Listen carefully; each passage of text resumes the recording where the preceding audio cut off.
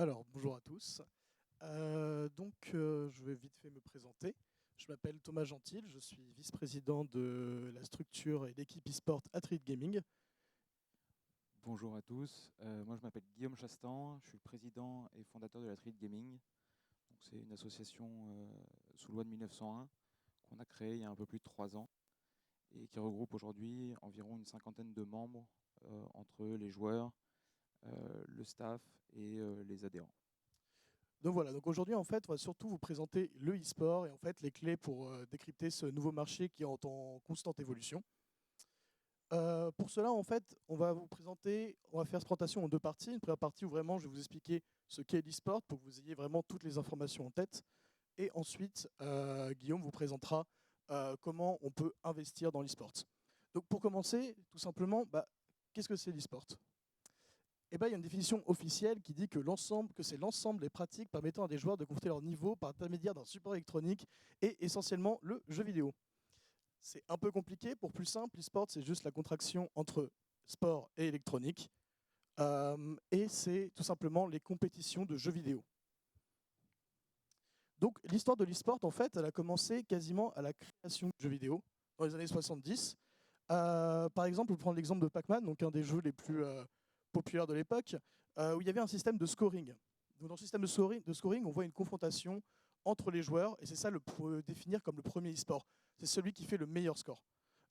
Ensuite, vers les années 90, on va commencer à avoir des compétitions organisées dans des lieux diffusés à la télé, faites par les marques de jeux vidéo. Donc là, on va voir Nintendo qui a fait le Power Fest en 94, qui est une grosse compétition sur leur console NES.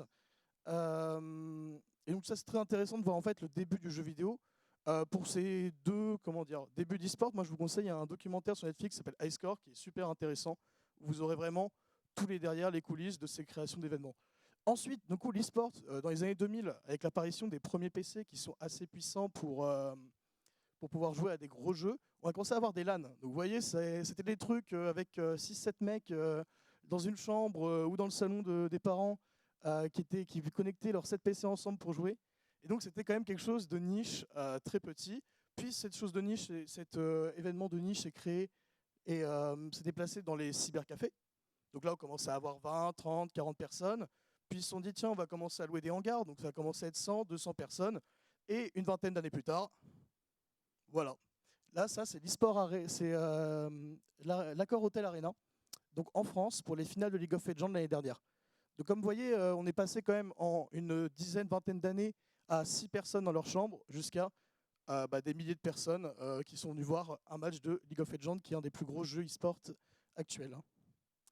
Donc je vais vous parler vite fait en fait, du jeu vidéo, pour vous montrer qu'en fait, le jeu vidéo en lui-même est un énorme marché. Là, en 2019, le jeu vidéo, c'est quand même, dans le monde, 68 milliards de dollars de chiffre d'affaires. Donc on est quand même sur un secteur très très gros. En France, on est à 5 milliards, donc le jeu vidéo en France a une place très importante.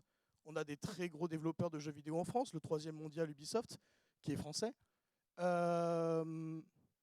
enfin, le marché de l'e-sport. Alors comme vous voyez, le marché de l'e-sport, c'est vraiment un marché qui évolue de façon exponentielle. En prévision 2021, on pense que le marché de l'e-sport, ça va être 1 milliard 650 millions de dollars dans le monde. Et donc, en fait, d'où vient cet argent dans l'e-sport?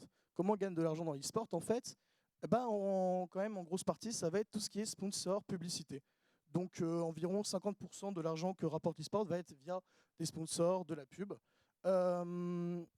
Et là, on commence de plus en plus à voir en fait de l'argent qui vient de tickets et merchandising et de droits de rediffusion. Donc, comme vous avez vu, les gros événements, par exemple à l'accord Hotel Arena, ça commence à être rediffusé par des chaînes.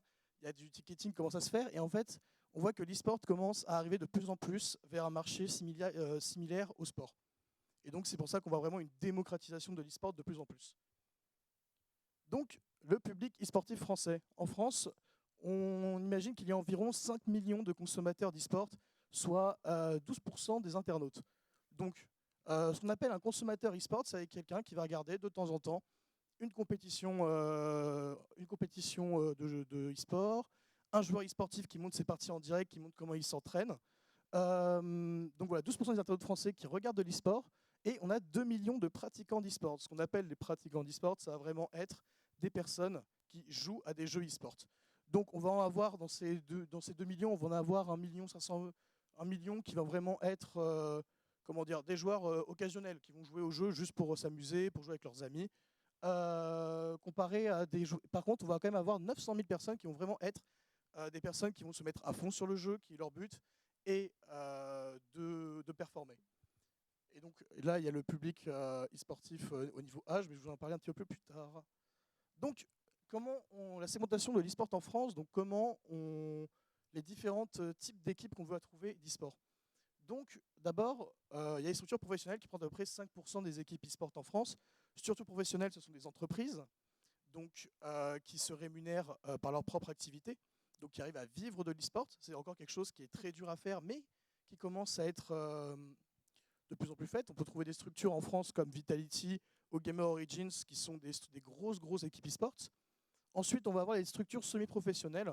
Ce qu'on appelle semi-professionnelles, c'est surtout les structures en fait, qui ont une existence juridique, que ce soit en termes d'association, d'entreprise, et qui donc du coup arrivent pas à gagner de l'argent pour vivre, mais arrivent à payer par exemple les déplacements pour les joueurs quand ils vont en compétition, le logement, l'inscription au tournoi, ainsi de suite.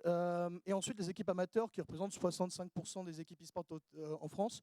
Là on va vraiment être sur du regroupement de personnes, d'amis qui décident de monter une équipe qui n'a pas vraiment d'existence juridique, mais voilà, ils vont faire 2-3 compètes dans l'année, un peu partout en France, pour s'amuser entre eux.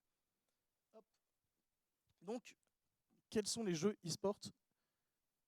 Les principaux jeux e-sport en fait, qu'on va trouver, c'est tous les types de jeux. On va passer du first-person shooter, donc un jeu de tir, jusqu'à des jeux de simulation sportive, plus ou moins réalistes, du jeu stratégique, du jeu de cartes, et on va même jusqu'à Just Dance, qui est un jeu e-sport, donc un jeu de danse e-sport. Donc voilà, on a fait une tier list des jeux e-sport en France. Qu'est-ce qu'une tier list en fait? C'est un classement. Donc en France, en S, on va voir les mastodontes en France de l'e-sport. C'est-à-dire c'est les jeux les plus populaires, ceux qu'on va retrouver tout le temps en tournoi. Donc on va avoir League of Legends qui est vraiment pour le coup mondialement le mastodonte de l'e-sport. Fortnite qui est le petit nouveau qui vient d'arriver il y a 2 ans et qui détruit tous les records en termes de spectateurs, en termes de joueurs, en termes de cash prize pendant ces tournois. CSGO qui lui, à l'inverse, est plutôt le papy de l'e-sport. Il est là depuis 20 ans, il n'a quasiment pas changé et il est toujours aussi populaire. Ensuite, on a Hearthstone qui est un jeu de cartes et FIFA qui est une simulation de football. Ensuite, on a les jeux qui sont un petit peu moins populaires, mais quand même assez populaires en France. Donc, on va avoir Rocket League, Rainbow Six, Valorant. Et ensuite, en B, on va avoir des jeux qui ont leur public, mais qui ne sont pas toujours représentés dans les tournois e-sport.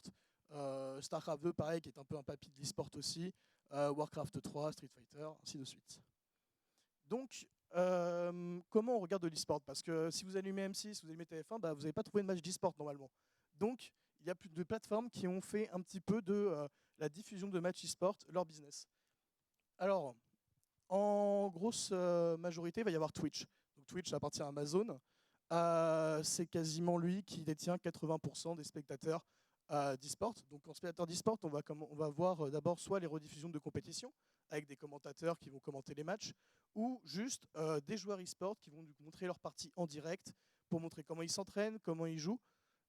Ensuite, on va avoir quelques concurrents, mine de rien, donc YouTube qui commence de plus en plus à s'imposer sur le marché, et Facebook et Mixer qui n'existe plus depuis quelques mois, qui s'est rattaché à Facebook, qui essaye aussi un peu d'avoir sa part dans les compétitions e-sport et la diffusion de compétitions. Alors, pour quel public? Et là, c'est un peu étonnant. Même moi, en faisant les recherches, je m'étais un peu étonné. Donc, 72% d'hommes pour 28% de femmes, en sachant que le nombre de femmes augmente de plus en plus chaque année, ce qui montre vraiment qu'on arrive à une démocratisation de l'e-sport. Et bizarrement, en fait, ceux qui regardent le plus d'e-sport, ce sont les 35-49 ans, à 33% de spectateurs. Ensuite, on va voir les 25-35 ans, puis les plus jeunes.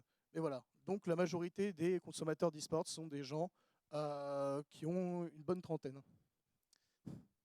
Donc, pour quel public? En fait, il y a 2 types d'audience pour l'e-sport. On va avoir les joueurs occasionnels, les consommateurs occasionnels. Donc, c'est les personnes qui vont vraiment regarder un match de temps en temps, qui vont mater une diffusion en direct d'un joueur comme ça parce qu'ils n'ont rien à faire.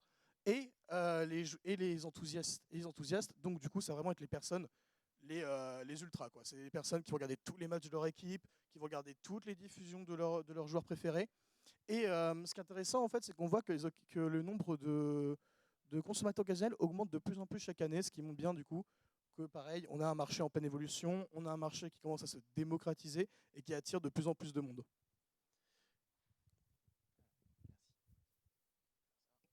Alors, l'investissement dans l'e-sport. On a aujourd'hui 3 manières simples d'investir dans l'e-sport. Alors certaines sont plus au goût du jour en fonction de la crise actuelle. La première, c'est la sponsorisation d'une structure e-sport. Si vous allez avoir, en fait, vous allez mettre votre marque, vous allez l'associer à l'image de l'équipe sur tous ces diffusions, qu'ils soient physiques ou digitaux.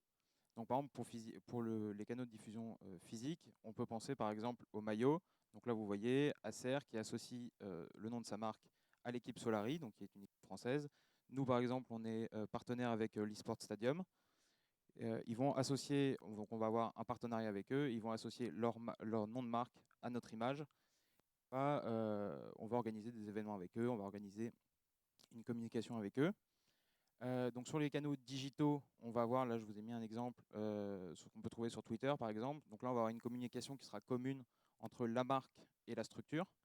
Donc la structure va pouvoir organiser par exemple des jeux concours, des événements, promouvoir des produits, aussi va pouvoir apporter son expertise du milieu de l'e-sport à une marque qui n'aurait potentiellement pas de connaissances dans le milieu. Et enfin, tous les événements qui vont être organisés par la structure vont pouvoir être sponsorisés de façon prioritaire par les partenaires. Donc, que ce soit participer au cash prize, participer à l'organisation, donner des lots. Du coup, on va pouvoir avoir ça sera vraiment un partenariat de communication entre la structure et la marque. Pour aller plus loin, pardon, il existe d'autres formes de sponsorisation de structures qui sont plus abouties et qui demandent vraiment un investissement qui soit plus important. On va avoir par exemple l'association d'un nom avec une structure. Donc là, je prends l'exemple par exemple d'Annecy Maria, qui était une structure e-sport de type semi-professionnel et qui s'est associée au Futuroscope, donc qui a récupéré le nom du Futuroscope et qui, dans toutes ses communications, va intégrer le Futuroscope dans ses campagnes, que ce soit dans ses messages de fin de tournoi, que ce soit et ils vont organiser des jeux concours pour faire gagner des places au Futuroscope, par exemple.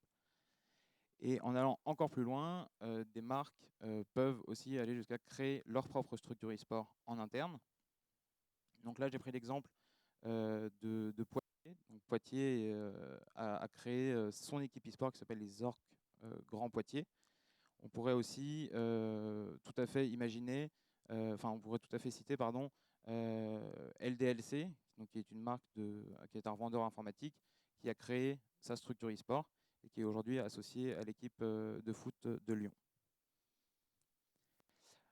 Une autre méthode d'investissement, c'est l'organisation d'événements. Alors, bon, je ne sais pas si vous avez déjà organisé des événements. Je vais prendre un exemple d'une entreprise qui s'appelle DreamHack, donc qui est un constructeur de software.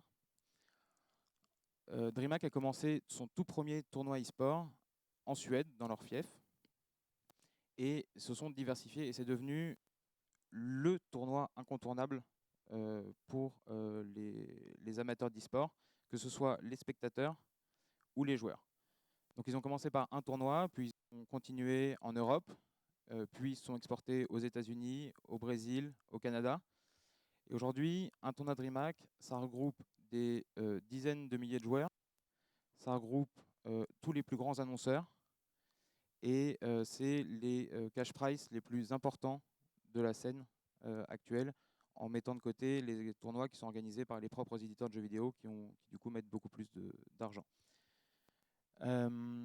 Ces tournois sont. Pourquoi est-ce que j'ai pris cet exemple-là? C'est parce que effectivement, ils ont commencé par des petits tournois locaux et ils ont décidé de continuer et de faire grossir leur projet. Aujourd'hui, pour un joueur, aller à un tournoi DreamHack, ça veut dire rencontrer tous les plus grands joueurs locaux, donc européens pour les tournois en Europe et américains pour les tournois outre-Atlantique. Alors, le dernier investissement pour les marques dans l'e-sport, pour mettre un pied dans l'e-sport, Donc ça va être la participation à des salons.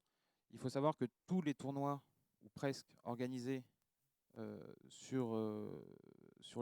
pour l'e-sport, donc des tournois, que ce soit des tournois ou simplement des événements, sont toujours accolés à des salons.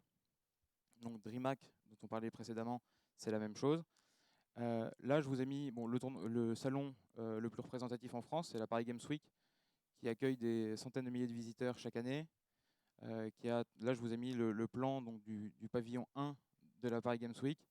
Il y en a 3. On a de tout type de marques. Donc, on a des marques forcément des constructeurs de consoles comme PlayStation, Nintendo, Xbox. On a des éditeurs de jeux vidéo comme Ubisoft, mais on va retrouver des revendeurs comme la Fnac. On va aussi trouver des marques telles que Coca-Cola qui, tous les ans à la Paris Games Week, vont venir faire une énorme campagne de communication et de marketing où ils vont donner des échantillons à tous les participants. Et aujourd'hui, Coca-Cola est associé, on peut associer la marque de Coca-Cola à l'e-sport, parce que pour les joueurs e-sport, Coca-Cola fait partie des marques qui sont dans notre écosystème, telles qu'on a aussi Red Bull par exemple, qui a pris ses marques e-sport.